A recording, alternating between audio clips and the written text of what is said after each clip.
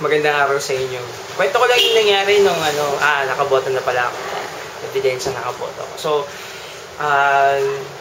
6:30 kami umalis ng parents ko. So, nakapila kami. And actually, walang pila eh. 6:30, so maaga pa. Chinek namin yung list kung nandun pa namin, nandun. Sabi sa amin, tandaan yung number, precinct number, tsaka yung name. So, okay. After namin matandaan yun, binigyan kami ng number. So, actually, number 47 na ako. So, ibig sabihin, maraming mas maaga. So, walang problema. So, papansin namin, so, dumadami na yung tao. Kasi magsi-7 na. Yung sa kabilang side, yung nag-start ng 7, ang bilis. 1 to 10, 11 to 20. Punta sa side namin, parang bagal. Actually, akala namin, doon kami sa kabila.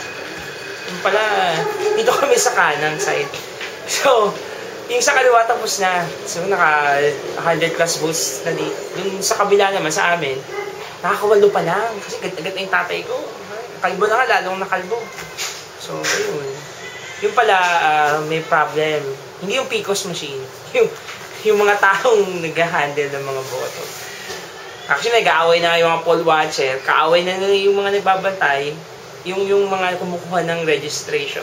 Kaaway pa rin nila yung tao kasi syempre sinasaway nila. So nakakaawa naman sila. Masaludo ako sa mga poll watcher kahit pa paano tumutulong sila. Yun, nakapila kami. Tagal. Siguro parang pumila kami sa kung mag-audition ka ng Big Brother. Parang ganun yung dating. Ganun kahaba. Eh di okay na. Kasi nasa loob na kami ng pinaka botohan, yung pinakakuha ng registration, nakapila kami.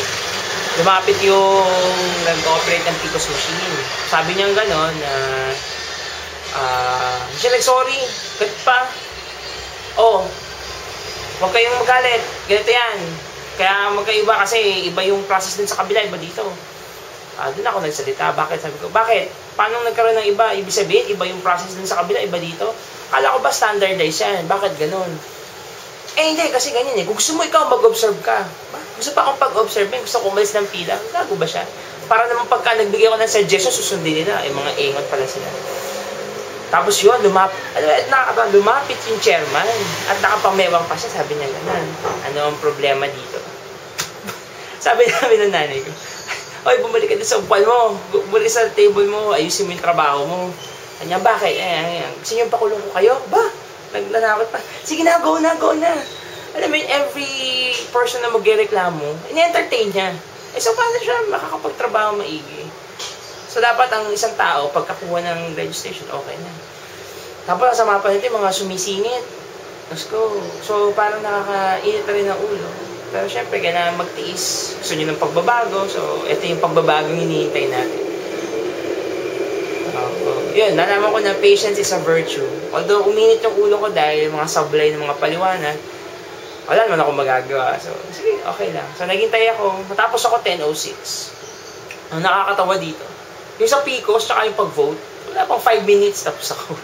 Natagalan lang din sa actually, pag-verify, sandali lang. Pagkakita ng, sinabi ko kasi, number 18 ako, pangalan ko, precinct number.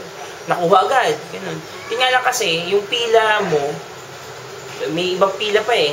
So, nagpapalitan. 5 precincts yun, nagpapalitan ng papel. So, yun pa, tumatagal. Ito ang masama. Pagka PCOS mo, pagkalagay ng indelible ink, tatammark ka. Siyempre, yung master list, titignan ulit. Diyos ko, Marias. Yung chairman, kada pinipirmahan pa yung mga balot. So, isa-isa, mas tingin siyang ganyan. Pirma, bigay. Pirma, bigay. So, tumagal at tumagal. Hanggang sa alam mo yun, mas humaba yung pila yung magpapatammark. Para lang daw. Pumila pa ako siguro mga 45 minutes doon. And then, ito nakakatawa. Pagka-tammark ko, ginawa ng chairman, sinara niya yung pinaka-master list at binaliktad niya. Okay na po, thank you.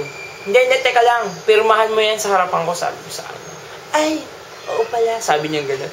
So parang, i-disqualify mo pa yung boto ko. Tado ka ba? Parang, karapat akong bumoto, tapos gano'n ang gagawin. So, yun lang. Parang, there's something fishy, something wrong. Or talagang nationwide na nangyayari. Although nanonood ako ng news, parang oo nga, ganun nga, tumatagal. Actually, walang problema sa PCOS. Problema sa taong kumukuha ng vote. So, exercise your right to vote. So, sana next na botohan ay okay na.